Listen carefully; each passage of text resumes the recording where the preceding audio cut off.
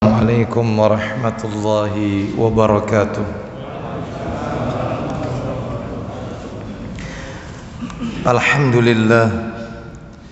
Alhamdulillahi hamdan katsiran tayyiban mubarakan fi kama yuhibbu rabbuna wa yarda. Wa ashhadu an la ilaha illallah wahdahu la syarika lah.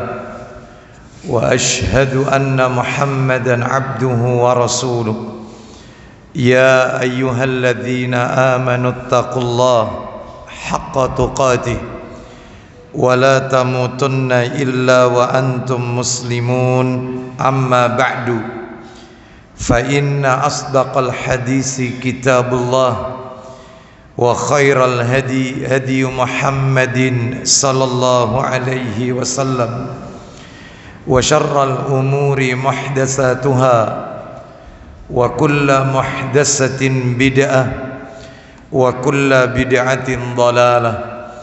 Ikhwan wa akhwati fillah, bapak-bapak, ibu-ibu, kaum muslimin dan muslimah, jamaah salat maghrib Masjid Ulil Albab yang semoga dimuliakan oleh Allah Subhanahu wa ta'ala.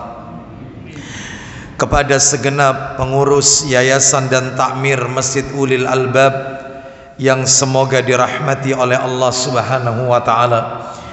Tidak ada kata yang patut kita ucapkan di malam hari ini melainkan rasa syukur kita kepada Allah Tabaraka wa ta'ala atas segala karunia nikmat yang telah Allah berikan kepada kita. Salah satu di antara sekian banyak kenikmatan-kenikmatan tersebut adalah diberikannya kita kemudahan-kemudahan oleh Allah Subhanahu wa ta'ala untuk melaksanakan amalan-amalan ketaatan kepada Allah Subhanahu wa ta'ala. Diawali dengan salat maghrib berjamaah, dilanjutkan dengan talabul ilmi, dan berakhir dengan melaksanakan yaitu salat isya secara berjamaah pula. Semoga rangkaian amal ibadah yang kita lakukan khususnya pada malam hari ini semuanya tercatat di sisi Allah sebagai pemberat timbangan amal kita di yaumil hisab. Bapak ibu kaum muslimin dan muslimah rahimani wa rahimakumullah, pada malam hari ini tema kajian kita meneruskan dari pembahasan sebelumnya. Seperti biasa, kajian kita di Sabtu yang pertama ba'da maghrib di Masjid Ulil Albab, kita membahas tentang ensiklopedi adab di dalam Islam. Adapun bab yang akan kita angkat ke permukaan pada malam hari ini adalah bab tentang sunnah dalam berwudu sesuai sunnah. Wudu sesuai sunnah.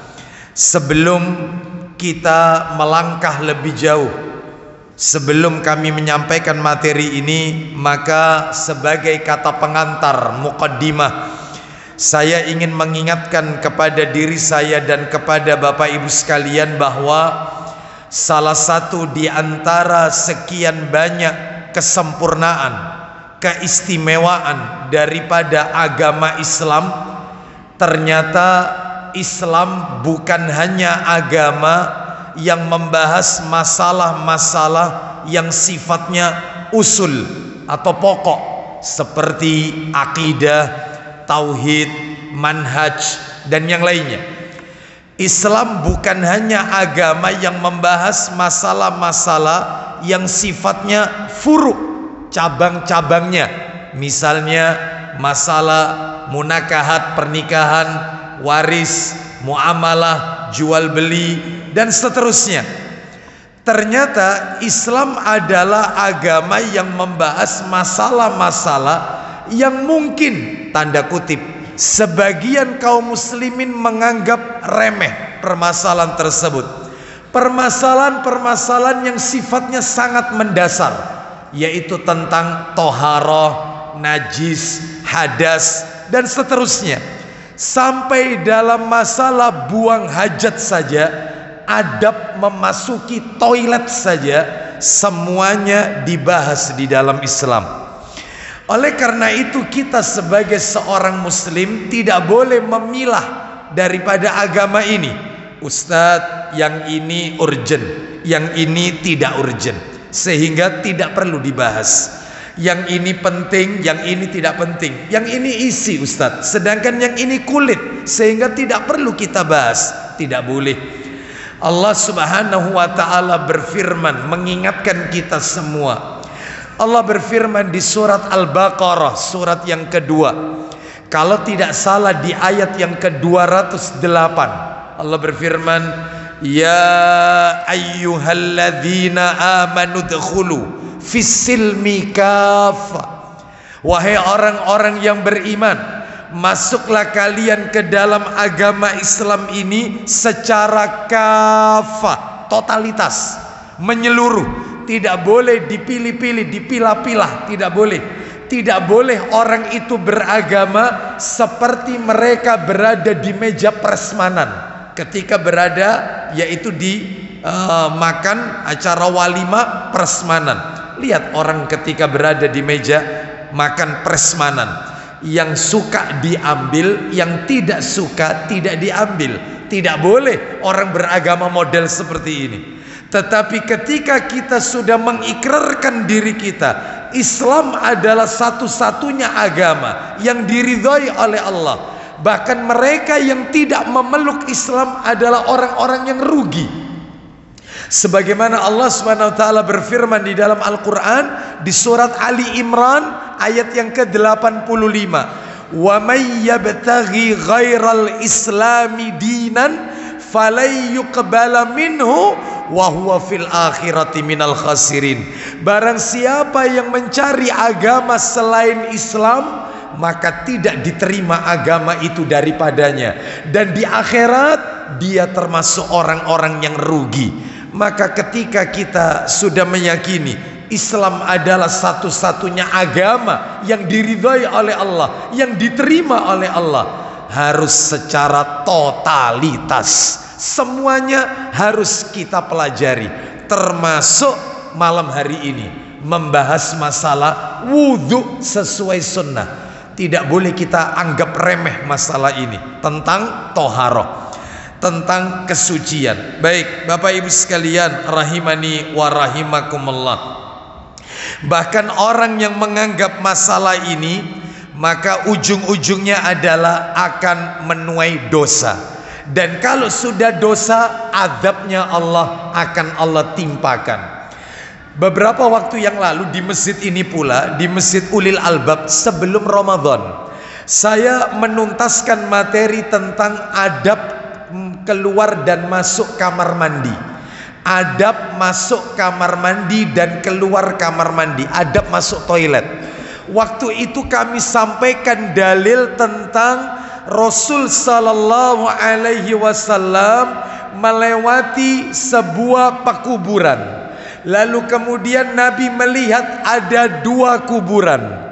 Nabi berkata kepada para sahabat, dua orang yang ada di dalam kubur ini sedang disiksa oleh Allah dengan siksa yang sangat keras atas dosa yang mereka anggap sepele. Maka para sahabat berkata, dosa apa yang mereka lakukan? Nabi menjawab, kuburan yang satu adalah dosa karena kencing tidak bersih, karena tidak paham masalah najis, nggak paham masalah hadas, tidak paham masalah toharoh kesucian. Ujung-ujungnya adab kubur. Dan kuburan yang satu adalah orang yang ketika dia semasa hidupnya tidak menjaga lisan. Dia suka menggunjing orang, ghibah, membicarakan aib orang, namimah, qattat, suka melakukan adu domba. Ini menunjukkan kepada kita kesimpulannya mereka diazab dalam kubur karena dua sebab. Sebab yang pertama sebab kemaluan farji. Sebab yang kedua adalah sebab di lisan. Makanya 14 abad yang silam Nabi sallallahu alaihi wasallam sudah mengingatkan kita, man yadman li ma baina lihyaihi wa ma baina rijlaihi adzman lahul jannah. Kata Nabi, barang siapa yang bisa menjaga di antara dua rahangnya. Apa maksudnya di antara dua rahangnya? Lidah. Dan barang siapa yang bisa menjaga di antara dua kakinya, maksudnya, maaf, kemaluannya, lisan dan farjinya. Adzman, Nabi tidak mengatakan adzmanu. Nabi mensukun huruf nunnya, adzman. Nabi tidak mendhamah nunnya sehingga menjadi adzmanu. Maksudnya apa bedanya disukun sama didhamah? Kalau disukun artinya aku jamin pasti masuk surga, yang bisa menjaga lisan dan kemaluannya. Nabi tidak mendhamma nunnya, sebab kalau didhamma maka tidak ada unsur kepastian. Oleh karena itu Bapak Ibu sekalian, ini menunjukkan pentingnya kita memahami masalah toharoh. Salah satunya berwudu. Baik, agar materi kita tertata dengan baik, tidak melebar kemana-mana, materi ini kami bagi menjadi 6 bahasan. Nah, supaya enak, urut. Yang pertama, saya akan menyampaikan tentang definisi wudhu. Wudhu ialah. Nah, itu yang pertama dulu. Yang kedua, saya akan menyampaikan tentang keutamaan wudhu. Apa keutamaannya orang yang tidak pernah lepas dengan air wudhu? Batal wudhu lagi, batal wudhu lagi. Terus apa istimewanya? Apa keutamaannya? Ini yang kedua. Yang ketiga, pembicaraan kita tingkatkan yaitu kondisi-kondisi, waktu-waktu disyariatkannya kita untuk berwudu. Kapan saja kita ini disuruh Nabi untuk berwudu. Nanti kalau tidak salah ada 13 keadaan itu, 13 kondisi, 13 keadaan, 13 waktu di mana kita disuruh berwudu. Misalnya mau baca Quran, wudu. Ya, setelah makan daging onta, wudu. Anda sekarang kan sudah pegang air wudu, makan daging onta atau minum susu onta, batal wudu Anda. Anda harus wudu lagi. Makanya nanti saya jelaskan kalau memang waktunya cukup ya. Kalau memang cukup ini, yaitu keadaan atau kondisi kita disyariatkan untuk berwudu. Ada 13. Nanti insya Allah berikutnya. Kita lanjutkan materi keempat. Kan ada 6 yang mau saya sampaikan. Yang keempat adalah tentang kaifiyah, tata cara wudu sesuai sunnah. Bagaimana sebelum berkumur apa yang harus dilakukan, bagaimana cara berkumur yang baik, bagaimana membasuh wajah, batasan wajah itu di mana, ya. Bagi laki-laki yang berjenggot, apakah disunahkan setelah membasuh wajah yang mengusap yaitu jenggotnya, lalu bagaimana dengan wanita dan seterusnya. Nah, ini tata cara wudu, ya. Termasuk sekarang kita lanjutkan yang kelima. Pembahasan yang kelima adalah pembatal wudu. Apa yang menyebabkan wudu kita ini menjadi batal? Ini ya, itu nanti ada 7 yang bisa membatalkan wudu, itu ada 7. Nanti insya Allah berikutnya itu ya. Kita lanjutkan materi yang keenam, materi puncak, materi terakhir adalah fikih atau hukum-hukum yang terkait dengan wudhu. Apalagi dikaitkan dengan hal-hal yang sifatnya kontemporer, yang di zaman Nabi tidak ada, di zaman kita ada. Contoh masalah fikih wudhu. Bagaimana wudhunya orang yang pakai gipsum, tangannya digip, bagaimana cara wudhunya? Bagaimana ketika wanita berwudhu di yaitu toiletnya umum, sehingga dia tidak bisa lepas jilbab. Gimana cara wudhunya ketika membasuh yaitu kepalanya, sedangkan dia masih menggunakan jilbab? Bagaimana dengan wanita yang pakai kaos kaki, sedangkan kaki itu aurat bagi wanita? Gimana caranya mengusap kaos kaki dan seterusnya? Lalu bagaimana berwudhu dengan air yang kena sengatan matahari? Air kena sengatan hangatnya, hangat karena sengatan langsung matahari. Boleh nggak air itu dipakai wudhu? Bagaimana wudhu misalnya dengan menggunakan sisa air wudhu dari misalnya teman kita, atau misalnya seorang istri menggunakan sisa air wudhunya suami. Misalnya karena air itu sedikit, maka air yang masih melekat di badan suami itu digunakan oleh istrinya untuk membasuh di tubuhnya karena air itu sedikit. Boleh tidak? Berapa ukuran air yang benar untuk berwudu itu? Ya, supaya kita tidak boros dalam air yang Nabi contohkan. Itu semua masalah fikih Bapak Ibu sekalian. Yang itu nanti materi yang ke-6 itu. Ya, materi yang ke-6 itu nanti. Bagaimana wudhunya wanita yang pakai kutek? Bagaimana wudhunya wanita yang memakai pacar di tangannya? Bagaimana wudhunya wanita yang masih ada hiasan di mukanya, lipstik dan yang lainnya? Bagaimana wudhunya? Sah ataukah tidak? Ya, maka itu nanti, bukan sekarang. Nanti urut saja materi kita ini, urut saja sampai tuntas nanti. Ya, jadi ada 6 hal yang akan kami sampaikan. Kita masuk yang pertama sekarang. Yang pertama Bapak Ibu sekalian rahimani wa rahimakumullah, tentang sunnah dalam berwudu ini atau berwudu sesuai sunnah ini adalah definisi wudu. Kalau kita berbicara tentang definisi, itu artinya kita berbicara 2 hal. Yang pertama secara bahasa, yang kedua secara istilah. Yang pertama secara bahasa, bahasa Arabnya lughawi, bahasa kerennya etimologi, gitu ya. Yang kedua secara istilah, bahasa kerennya secara syar'i, ya, atau secara terminologi, gitu ya. Baik, kita awali dulu yang pertama, makna wudhu secara bahasa, lughawi, etimologi. Wudhu berasal dari kata al-wadha'ah. Al-wadha'ah. Apa artinya al-wadha'ah? Al-wadha'ah artinya kebersihan atau kecerahan. Jadi wudhu secara bahasa adalah cerah, bersih, yaitu artinya wudhu secara bahasa. Adapun secara istilah syar'i atau terminologi, wudhu itu adalah menggunakan air. Sebab namanya bersuci itu ada 2. Kalau pakai air itu namanya wudhu, kalau pakai debu ya itu namanya tayamum. Yang kita bahas ini bukan tayamum tetapi wudhu, berarti menggunakan air. Saya ulang, wudhu ialah menggunakan air pada tempat-tempat tertentu untuk menghilangkan sesuatu yang menghalangi sahnya sholat. Ya, jadi tidak semua. Contoh misalnya, yaitu ketika membasuh wajah, ya sekedar batasan wajah saja.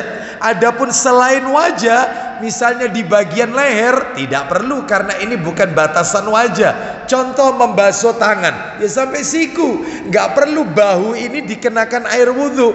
Ketika membasuh kaki, sampai mata kaki, nggak perlu sampai betis, apalagi paha. Begitu ya. Sehingga benar kalau begitu definisinya, menggunakan air untuk menggunakan air pada tempat-tempat tertentu. Ya.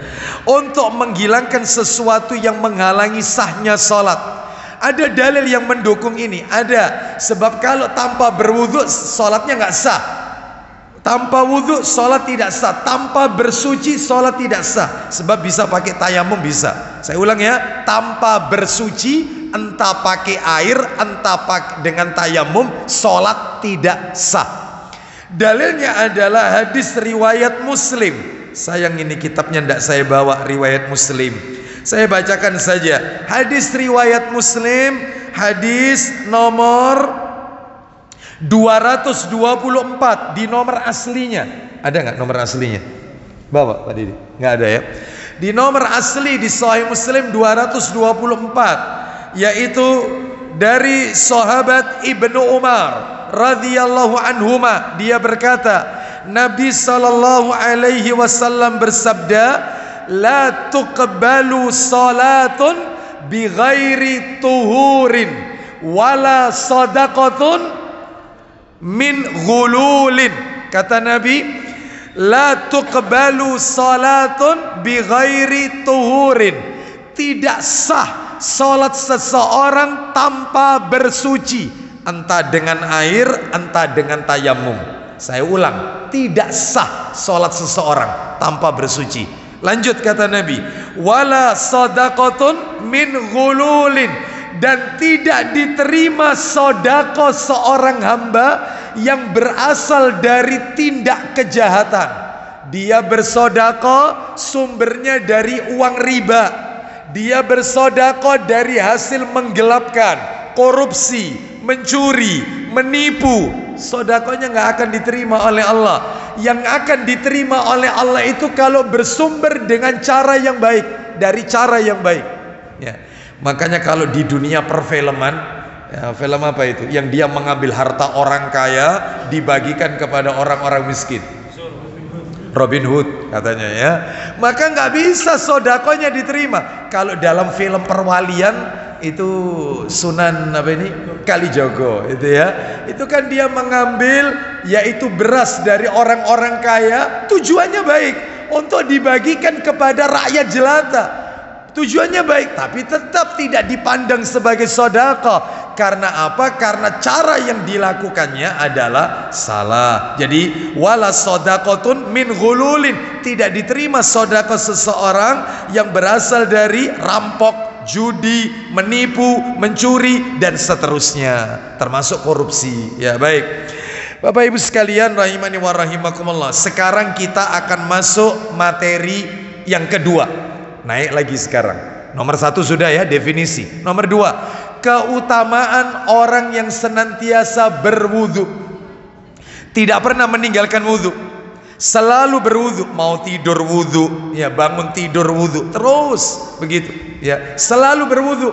Ya, Bapak Ibu sekalian, sampai-sampai ada seorang akhwat bertanya kepada saya, Ustadz, saya ketika berhalangan otomatis kan saya tidak sholat. Betul, tidak boleh sholat karena berhalangan. Baik, tapi saya punya kebiasaan kalau mau tidur itu wudhu dulu. Kira-kira saya dalam keadaan berhalangan mau tidur wudhu, kira-kira hal ini diperbolehkan atau tidak?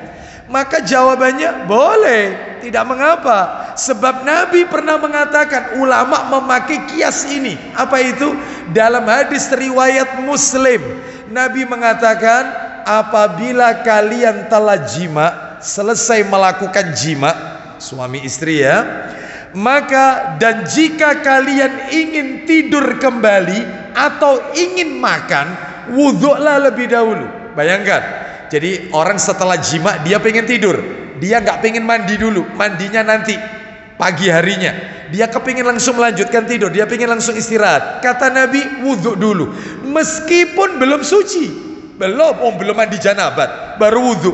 Tapi kata ulama, separuh suci.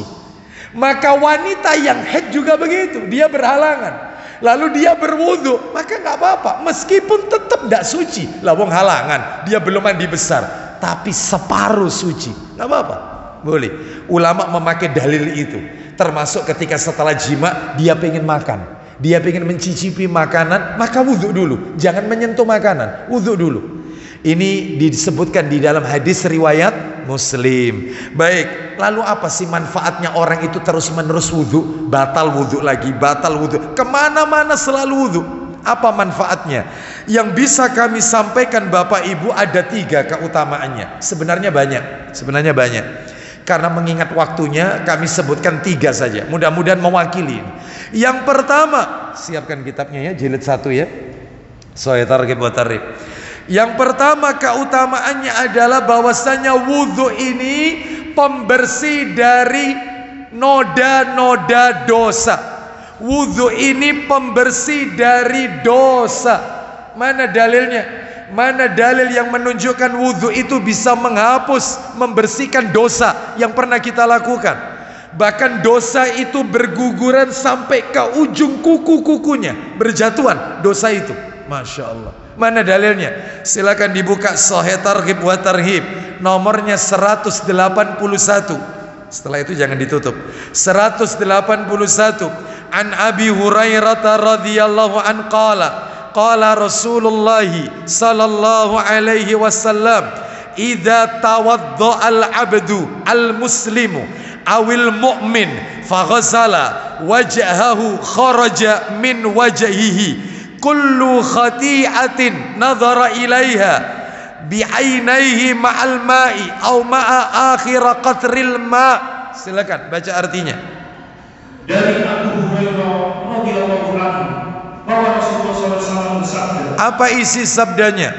Apabila seorang hamba muslim atau mukmin berwudu lalu dia membasuh wajahnya. Apabila seorang muslim atau mukmin wudu lalu dia saat membersihkan wajah, maka seluruh kesalahan yang dilihat dengan kedua matanya keluar dari wajahnya bersama air atau bersama tetes air yang terakhir. Nah, maka seluruh dosa yang dimunculkan dari wajahnya, yaitu pandangan matanya, semuanya luntur berguguran sampai tetesan air wudhu yang terakhir. Anda mau tanya sama panjenengan semua, saya mau tanya nih, kira-kira dosa mata itu sedikit atau banyak? Banyak dosa mata ya.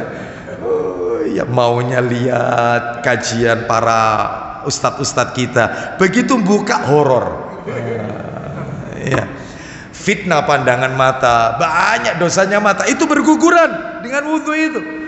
Cukupkah belum? Kata Nabi berikutnya, faida ghasala yadaihi kharaja min yadaihi kullu khati'atin kana batashadha yadahu ma'al ma'i au ma'a akhir qatril ma'. Silakan. Apabila dia membasuh kedua tangannya, maka seluruh kesalahan yang dilakukan oleh kedua tangannya keluar dari kedua tangannya bersama air. Baik, ma'al ma'i au ma'a akhiri qatril ma' maksudnya. Silakan ulang lagi. Terus apabila dia membasuh diulang. Ya, diulang. Apabila dia membasuh kedua tangannya, maka seluruh kesalahan yang dilakukan oleh kedua tangannya keluar dari kedua tangannya bersama air atau bersama tetes air yang terakhir. Nah, semua dosa yang dimunculkan di tangan akan berguguran sampai tetes air wudhu yang terakhir. Berikutnya kata Nabi, faida ghasala rijlaihi kharajat kullu khati'atin masyadha rijlahu ma'al ma'i au ma'a akhiri qatril ma'. Silakan. Apabila dia membasuh kedua kakinya, maka seluruh kesalahan yang kedua kakinya melangkah padanya keluar dari kedua kakinya bersama air atau bersama tetes air yang terakhir. Semua dosa yang dimunculkan dari kedua kakinya, maka semuanya akan dihapus oleh Allah Subhanahu wa taala hatta yakhruja naqiyan minadz-dzunubi. Silakan. Sehingga dia keluar dalam keadaan bersih dari segala dosa. Sehingga ketika dia selesai dari wudhunya, dia dalam keadaan suci, bersih dari seluruh dosa-dosa. Semoga Allah mengampuni semua dosa-dosa kita. Saya tambahkan lagi dalil. Tolong dibuka satu nomor berikutnya, nomor 182 dalam kitab Sahih Targhib wa Tarhib riwayat Muslim dari Utsman bin Affan radhiyallahu an. Dia berkata, Nabi SAW bersabda, man tawaddo'a fa aksanal wudhu'a kharajat khatayahu min jasadihi hatta takhruja min tahtil adfarihi. Silakan. Barang siapa berwudu lalu dia membaguskan wudunya. Stop, nggak usah pakai atau. Iya, ulang lagi. Barang siapa berwudu lalu dia membaguskan wudunya. Siapa yang berwudu lalu dia memperbagus wudunya. Mungkin Bapak Ibu bertanya dalam hati, yang dimaksud memperbagus wudhunya itu gimana maksudnya? Maksudnya ini nanti pelajaran tata cara wudhu ini. Sunnah-sunnahnya wudhu itu dilakukan. Apa itu contohnya sunnahnya wudhu? Contoh sunnahnya dalam berwudhu, yaitu melakukan ketika membasuh tangan kanan dan kiri sebelum berkumur, itu melakukan barojim. Apa barojim? Menyela-nyela daripada jari jemari ini. Nah, di sela-sela. Sudah. Terus kemudian setelah itu dia berkumur, ya, sambil menghirup air ke hidung. Itu sunnah itu semua. Lalu kemudian ketika membasuh wajah bagi laki-laki diakhiri, yaitu ketika membasuh wajah dengan menyela-nyela jenggotnya. Oh, seperti itu. Itu sunnah. Itu namanya memperbagus wudhu. Begitu juga ketika membasuh kaki, maka dia masukkan jari kelingking yang kiri ini ke sela-sela jari-jarinya, dimasukkan. Itu kan jarang kita lakukan. Ini sunnah-sunnah dalam wudhu. Ini yang namanya memperbagus dalam wudhu. Ya, setelah wudhu bersiwak. Belum sholat loh ini bersiwak. Habis wudhu bersiwak. Ya, kan jarang ini kita lakukan. Nah, seperti itu. Itu yang dimaksud siapa yang berwudu dengan memperbagus wudunya. Artinya semua rukun dan sunnah-sunnahnya dia lakukan. Nanti tata caranya, jangan sekarang. Tata cara wudu nanti ya. Kita lanjutkan terus. Maka kesalahan-kesalahannya keluar dari jasadnya. Nah, terus. Ia keluar dari bawah kuku-kukunya. Maka seluruh dosa-dosanya keluar dari kuku-kukunya, berguguran. Masya Allah. Mungkin Bapak Ibu bertanya, ini dosa apa ini Ustadz yang keluar ini, yang dihapus ini? Dosa itu Bapak Ibu, dosa itu ada dua. Ada dosa yang namanya dosa kabair, dosa besar. Ada yang namanya dosa asghar, dosa kecil. Sebuah dosa dikategorikan dosa besar. Dosa itu dikategorikan dosa besar apabila memenuhi 3 syarat atau salah satu dari 3 ini. Salah satu, jangan 3-3-nya. Salah satu aja kena, maka dia dosa besar. Apa itu? Kalau ditanya, apa itu dosa besar? Syirik, zina. Saya nggak tanya itu kan jenis dosanya. Yang ingin saya tanyakan, kenapa syirik Anda katakan besar? Kok bisa zina itu dosa besar? Itu pertanyaan saya. Maka harus tahu rumusnya. Rumusnya dosa itu dikategorikan besar, 3 rumusnya. Apa itu? 1. Setiap dosa yang pelakunya mendapatkan ancaman kafarat, denda, kisos, had, hukuman, rajam, semuanya dosa besar itu. Jadi Bapak Ibu kalau baca hadis, barang siapa yang melakukan ini maka dia wajib berpuasa 2 bulan. Oh, ada hukuman, dosa besar. Setiap dosa yang ada ancaman hukumannya, itu dosa besar itu. Banyak contohnya, banyak. Contoh zina misalnya. Laki-laki yang berzina sama-sama masih bujang, maka dicambuk 100 kali, diasingkan 1 tahun. Kalau sudah pernah menikah, dirajam sampai mati.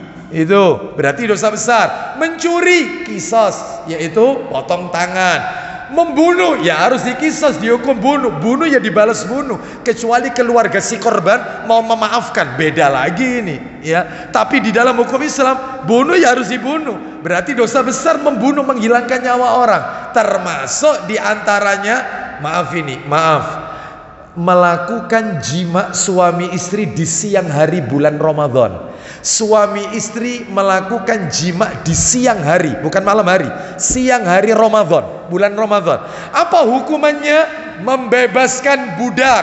Kalau tidak ada perbudakan, puasa 2 bulan berturut-turut. Kalau tidak mampu, ngasih makan 60 orang fakir miskin. Berarti masuk dosa besar Ustaz, jima di siang hari Ramadan. Dosa besar karena ada hukumannya. Contoh lagi dalam hadis Abu Dawud, suami menjima istri ketika haid.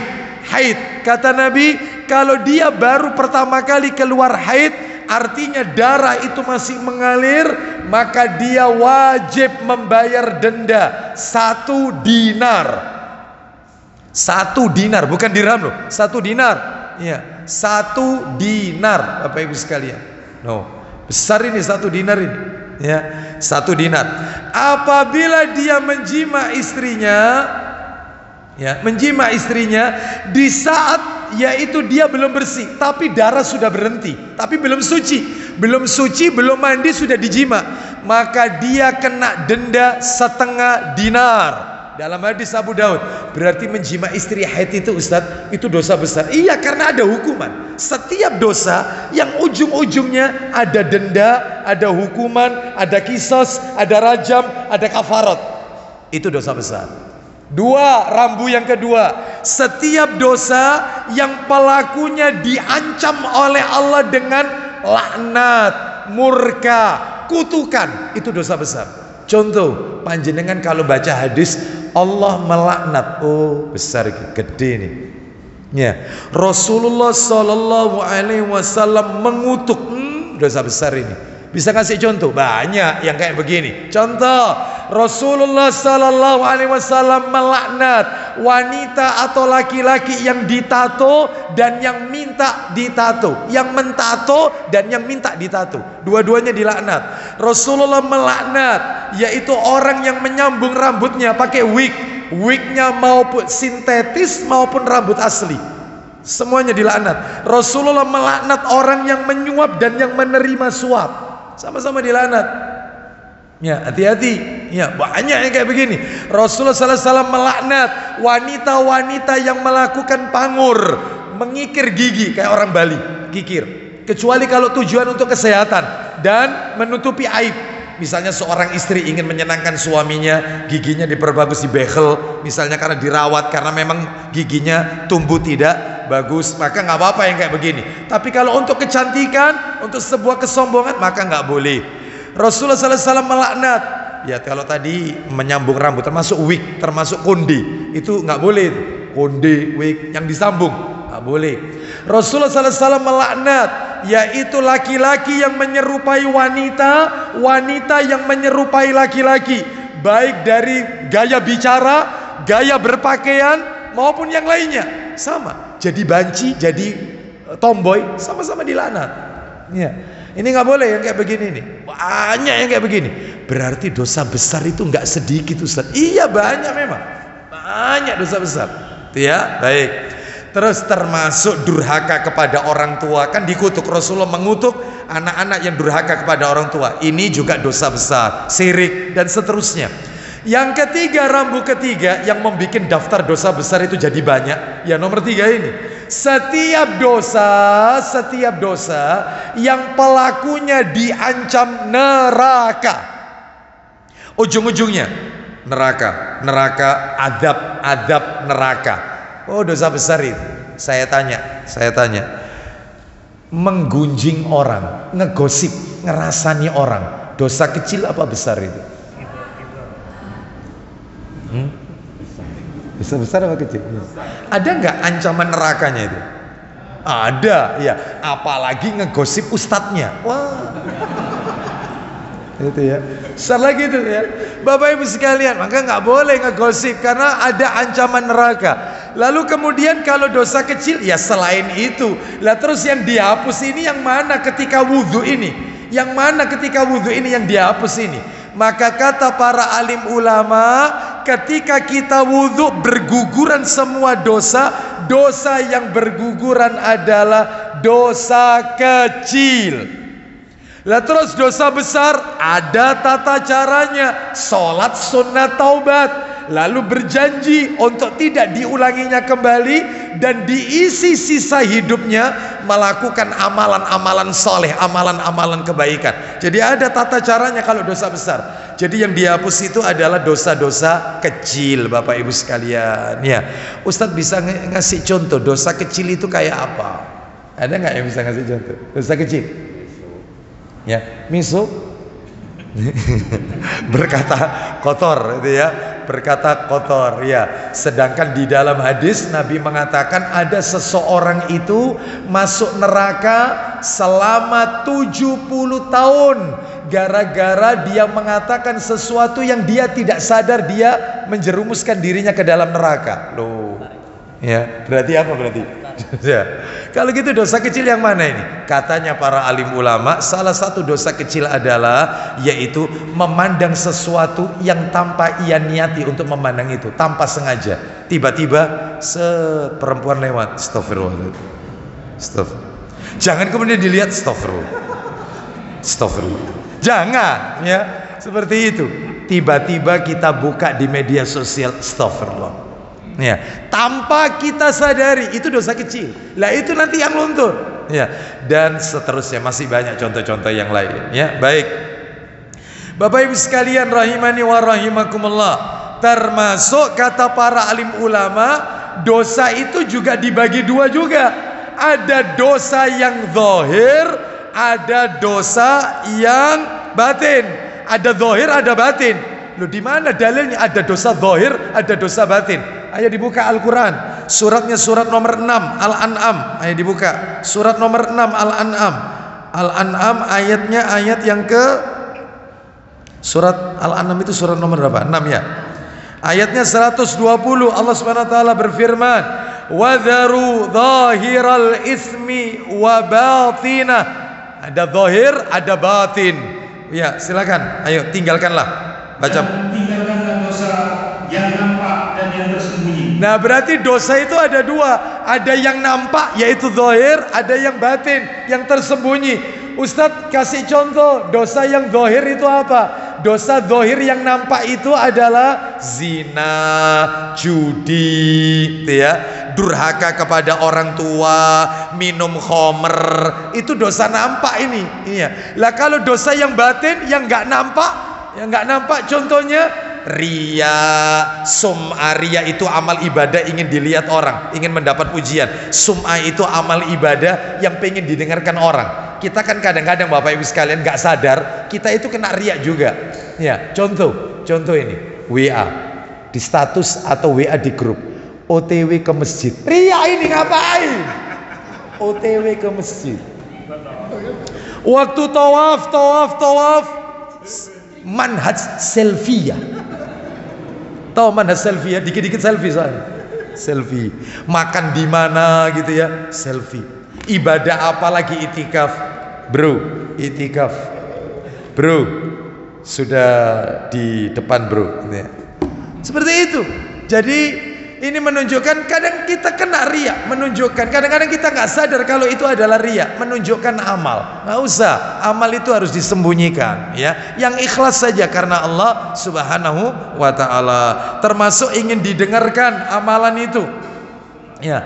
Ingin sum'ah, betul, ingin didengarkan, ya. Baik, jadi itu dosa batin, Bapak Ibu sekalian. Nah, maka dalam hal ini Bapak Ibu sekalian, dosa ini semua akan dihapus oleh Allah dengan yaitu berwudu. Dosa kecil tapi ya, bukan dosa besar. Sekarang kita akan lanjutkan yaitu yang nomor 2. Yang kedua, keutamaan kedua, anggota wudu kelak di hari kiamat akan bercahaya. Jadi semua anggota badan kita yang kena air wudu nanti di hari kiamat akan bercahaya. Bapak Ibu, mana dalilnya? Dalilnya disebutkan Sahih Targhib wa Tarhib, buka nomor 177, riwayat Muslim, 177 riwayat Muslim dari Abu Hurairah radhiyallahu an. Baca Pak Didi, silakan. Ayo.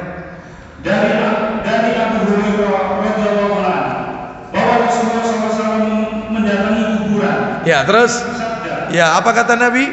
Assalamualaikum. Baik, ketika Nabi ziarah kubur, Nabi mendatangi kuburan. Loh, berarti boleh Ustaz ziarah kubur? Boleh. Tujuannya ziarah kubur mendoakan kepada penghuni kubur dan juga mengingatkan kematian serta mengingatkan negeri akhirat, plus untuk melembutkan hati yang congkak, yang arogan, yang kasar dan seterusnya, untuk melembutkan hati. Nggak apa-apa, ingat kematian. Itu tidak ada tendensi lain seperti itu. Jadi ziarah kubur untuk mendoakan. Ini buktinya Rasul datang ziarah, Nabi mengucapkan assalamu alaikum ahlad diyari minal mu'minina wal muslimina wa inna insyaallahu bikum lahikun. Lah ini yang poinnya nanti saya garis bawah ini ya. Insyaallahu bikum lahikun. Insyaallah kami akan menyusul kalian, kata Nabi. Ya. Nas'alullahu lana wa lakumul afiyah. Kami memohon keselamatan untuk kami dan untuk kalian. Allahumma ighfir lahum warhamhum wa'afihim wa'fu anhum wa akrim nuzulahum wa wasi' madkhalahum waghsilhum bil ma'i wasalji wal barad. Panjang itu. Terus itu ya, banyak, panjang doanya. Terus lanjut Pak Didi, langsung artinya saja untuk mempersingkat. Terus. Assalamualaikum negeri kaum mukminin. Ya, terus. Kami insyaallah tidak lama lagi akan menyusul kalian. Nah, ya kan, lanjut. Aku ingin bahwa. Nah, ini poinnya ini. Apa kata Nabi kepada para sahabat yang hadir waktu itu? Aku ingin bahwa kita telah melihat saudara-saudara kita. Ya. Mereka berkata, kata Nabi, aku kepingin melihat saudara-saudara kita. Sahabat nyeletuk, katanya para sahabat, bukankah kami ini saudara Anda wahai Rasulullah? Katanya Nabi, kalian itu sahabat-sahabatku. Tetapi yang aku maksud saudara-saudara kalian itu, saudara-saudaraku itu adalah mereka-mereka yang akan nanti hidup di akhir zaman. Berarti yang dimaksud kita jamaah ulil albab ini, orang-orang yang tidak ada sekarang, kata Nabi, tapi nanti akan hidup di akhir zaman. Katanya para sahabat, bagaimana Anda kenal sama mereka? Karena Anda bisa jadi meninggal duluan, mereka hidup generasinya setelah Anda, apalagi di akhir zaman. Ya kita ini umat di akhir zaman yang Nabi maksud. Gimana cara Anda kenal sama mereka? Lalu Rasul ngasih perumpamaan. Lanjut Pak Didi, silakan. Bukankah kami adalah saudara-saudaramu ya Rasulullah? Lanjut. Beliau menjawab, kalian adalah sahabat-sahabatku. Terus. Sementara saudara-saudara kami adalah orang-orang yang belum datang. Belum datang. Terus. Mereka bertanya, Ya. Rasulullah, bagaimana engkau mengetahui orang-orang yang belum datang dari kalangan umatmu? Nah, terus. Beliau menjawab, Stop, saya langsung bacakan saja. Kata Nabi, bagaimana menurut kalian? Nabi memberikan perumpamaan. Bagaimana menurut kalian kalau ada seseorang yang memiliki seekor kuda yang keningnya putih, kaki-kakinya putih, bagian belakang ekornya juga putih. Kuda itu berada di tengah-tengah kerumunan kuda yang seluruhnya warnanya hitam. Kira-kira sang pemilik kuda itu mengenali kudanya atau tidak? Ya tentu, katanya para sahabat, karena yang beda ya cuma satu itu. Seperti itulah kata Nabi, inna ummati ya'tuna yaumal qiyamah ghurran muhajjalina min asaril wudu. Kata Nabi, seperti itulah umatku akan datang pada hari kiamat nanti dalam keadaan dahinya, kedua tangannya, kedua kaki mereka bercahaya karena bekas wudhu. Makanya supaya kita dikenali sama Nabi, rajin wudhu. Sebab anggota wudhu itu nanti bercahaya di hari kiamat, supaya Nabi mengenali kita. Mudah-mudahan kelak di hari kiamat kita bersama sang Rasul sallallahu alaihi wasallam di surga Allah kekal selama-lamanya, ya. Baik, jadi ini menunjukkan bercahaya. Mungkin Bapak Ibu bertanya, Ustaz, masuk Isya ya ini ya? Waktu Isya masuk ya? Sudah masuk? Sudah masuk ya? Taib, silakan mungkin kita skors dulu, kita lanjutkan sedikit nanti ya setelah adzan Isya berkumandang. Wassallallahu ala nabiyyina wa ala alihi washabihi wasallam.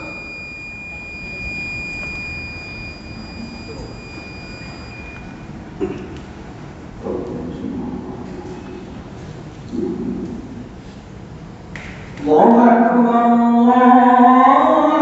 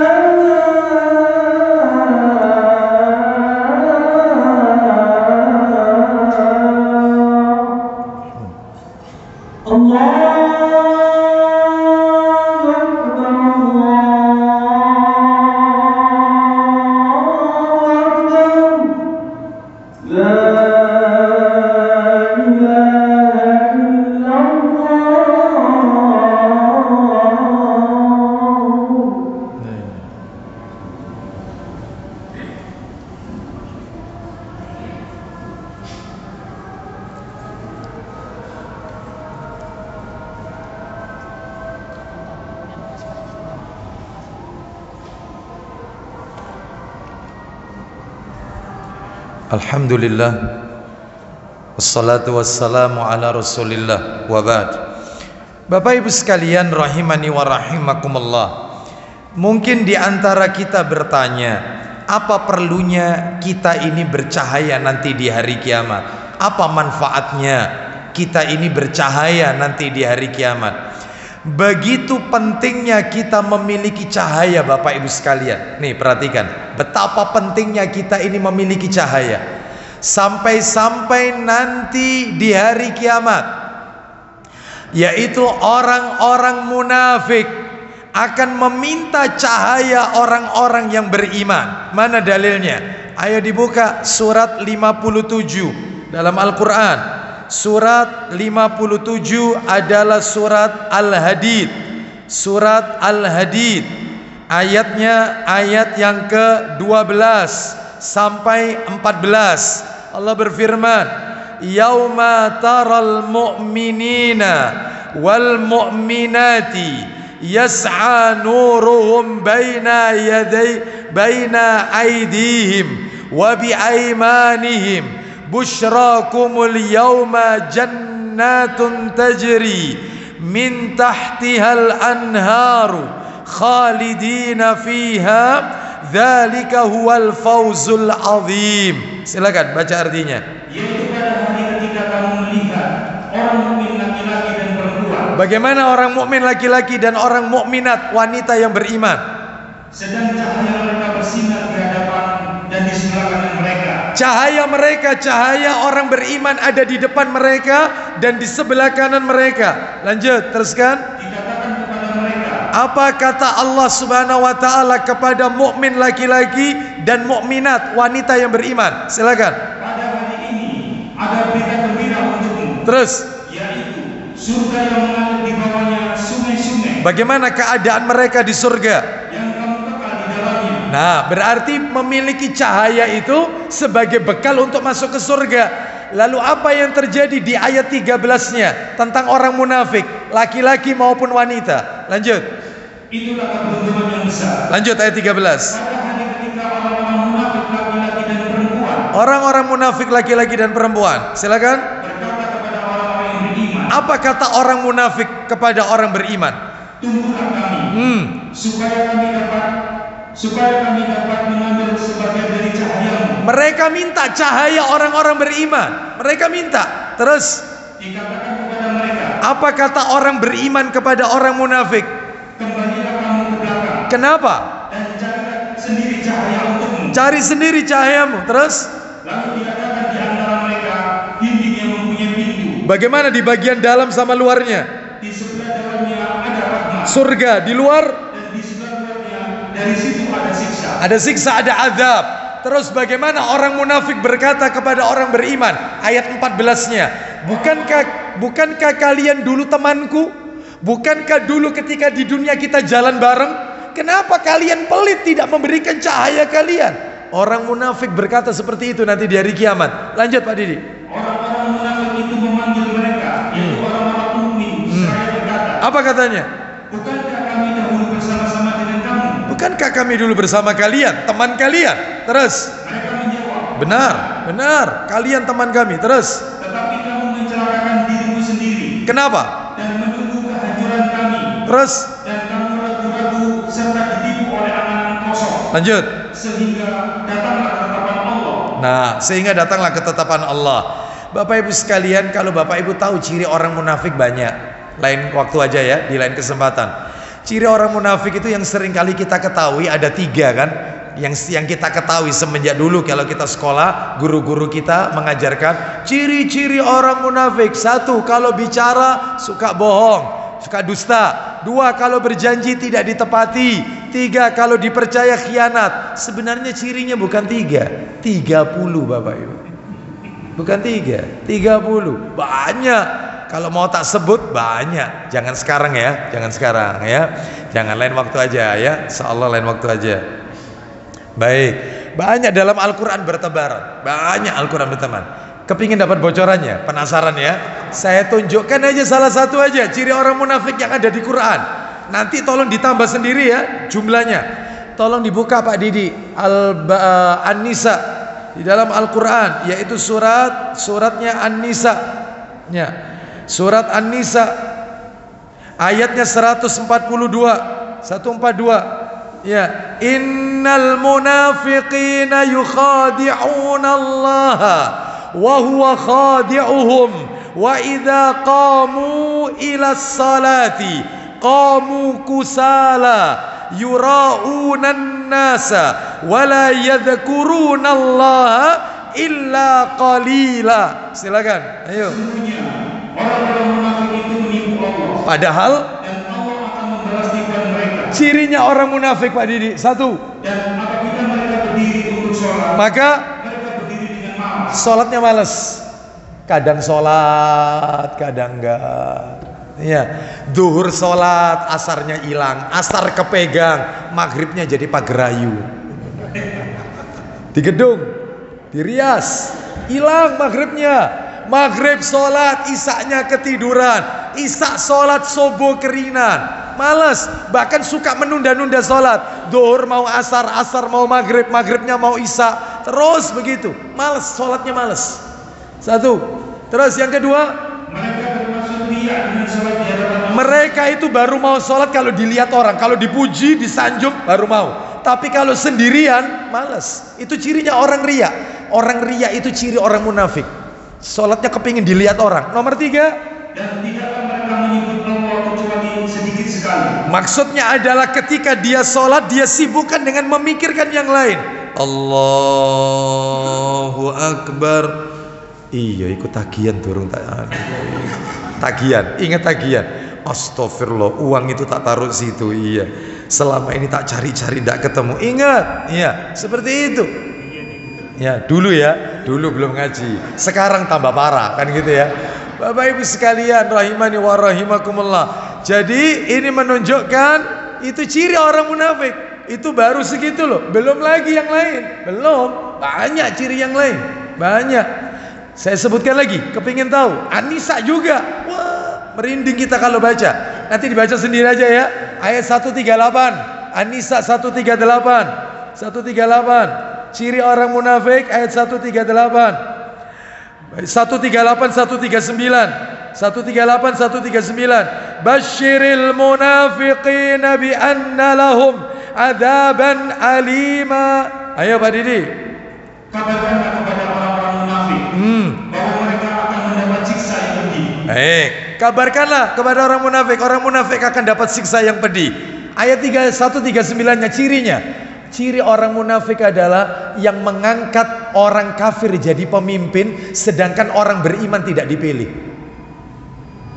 Orang kafir dijadikan pemimpin, memuliakan orang kafir, sedangkan orang beriman tidak dimuliakan. Dan mereka senang berteman dengan orang-orang kafir. Kalau sesama muslim nggak suka dia. Ya, nih. Sudah kita masuk sini tambah horor nanti tambah horor ya, tambah horor nanti ya. Horor nanti horor. Ya. Kita masuk sini aja ya. Baik, kita lanjutkan. Ya. Jadi kalau di gereja dijaga, kalau pengajian dibubarkan kan gitu ya. Nah, kita lanjut. Tambah horor nanti, tambah horor nanti. Kita lihat. Bapak Ibu sekalian, rahimani wa rahimakumullah, kembali ke cahaya tadi. Setiap kita butuh cahaya. Nah, makanya orang munafik aja sampai minta. Terus mungkin Anda bertanya, kira-kira apa tipsnya supaya kita bercahaya? Banyak, tak kasih 2 saja. Kasih 2, ini sebenarnya bukan materi kita ini. Supaya panjenengan bisa ngamalkan. Ada 2 amalan yang kalau panjenengan lakukan, maka kita dapat cahaya nanti dari kiamat. Sebenarnya amalannya banyak, saya sebut 2 saja. 1, rajin baca surat Al-Kahfi malam Jumat dan hari Jumat. Buka Pak Didi, Sahih Targhib jilid 2, nomornya 736. Cepet dikit. 736. Ya. 736 Al-Kahfi, surat Al-Kahfi, Sahih Targhib wa Tarhib ya. Nomor 736. Ayo dari Abu Sa'id Al-Khudri baca. Dari Abu Sa'id Al-Khudri radhiyallahu anhu bahwa Nabi SAW bersabda, Isinya, barang siapa membaca surat Al-Kahfi pada hari Jumat, loh, baca Al-Kahfi pada hari Jumat atau malam Jumat. Lanjut. maka dia diterangi oleh cahaya di antara 2 Jumat. Di antara 2 Jumat, Jumat yang ini dengan Jumat berikutnya diberi cahaya. Terus yang lebih bagus itu yang berikutnya, bawahnya lagi. Silakan. Barang siapa? Lanjutannya. Barang siapa membaca surat Al-Kahfi pada malam Jumat, Ya. maka dia disinari oleh cahaya Antara dirinya dengan Baitullah yang tua. antara dirinya dia baca sampai ke Ka'bah, Baitullah. Itu dapat cahaya nanti di hari kiamat. Sebesar itu cahayanya. Makanya yang rutin baca Al-Kahfi malam Jumat atau hari Jumat. Terus yang kedua, amalannya supaya dapat cahaya nanti di hari kiamat, bekal masuk ke surga. Tiap orang butuh itu soalnya cahaya. Yang kedua adalah yaitu jangan pernah mencabut uban. Jangan. Ini malah nyuruh anaknya siji 500. Jangan dicabut. Biarin aja. Biarin. Ustadz kelihatan tua. Ya kalau kelihatan tua dipacar aja, dikasih henna atau katam, warna kemerahan atau kecoklat-coklatan. Keren, nggak apa-apa. Itu. Ustadz lah kalau tak kasih ungu terus hijau, sporter itu. Ya. Ini yang ngikuti sunnah saja lah, pakai henna atau katam, kemerahan atau Abu Bakar As-Siddiq jenggotnya warnanya warna kunyit. Abu Bakar As-Siddiq warnanya kekuningan, warna kunyit. Seperti itu. Dipacar, bukan disemir ya, dipacar. Ya, baik. Dan jangan mencabut uban. Ya, kalau gatal nggak nyaman, sudah biarin aja karena itu bercahaya. Nah, ya, ayo baca dalilnya. Saya target buat tarif jilid 4, nomornya 2096. Jilid 4, cepet. 2096. 2096. Abu Dawud. Ya. Uban di kepala seorang muslim, punya satu uban Bapak Ibu, punya satu, itu dia hapus satu dosa, dikasih satu pahala, diangkat satu derajat nanti di hari kiamat. Punya satu, lah ini pure. Iya, seperti itu ya. Silakan baca 2096, ayo.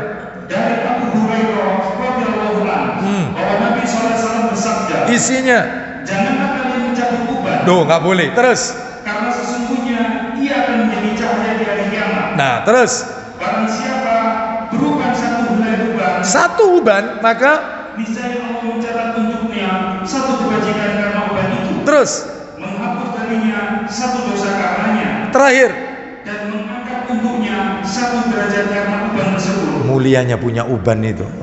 Makanya yang punya rambut putih ini sekarang ini bangga. Ya, bangga Pak Guru ya. Nah, Pak Guru sudah beruban ini ya.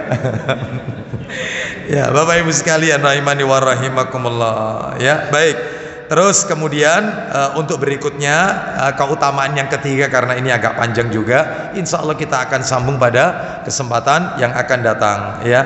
Jadi kita baru tentang keutamaan, itu pun yang nomor 3 belum kami sebutkan, insya Allah pada kesempatan yang akan datang. Baik, demikian Bapak Ibu sekalian yang bisa kami sampaikan, semoga sedikit menjadi tambahan ilmu yang bermanfaat. Saya belum men-share kopi materinya karena memang belum tuntas. Jadi saya belum men-share materi ini melalui bentuk PDF ke takmir karena memang belum selesai materinya. Jadi biar selesai dulu sampai sempurna baru nanti kami share materi ini melalui bentuk PDF. Wallahu a'lam bishawab. Kita tutup. Wassallallahu ala nabiyyina wa ala alihi washabihi wasallam. Subhanakallahumma wa bihamdika asyhadu an la ilaha illa anta astaghfiruka wa atubu ilaik. Wa akhiru da'wana anil hamdulillahi rabbil alamin. Assalamualaikum warahmatullahi wabarakatuh.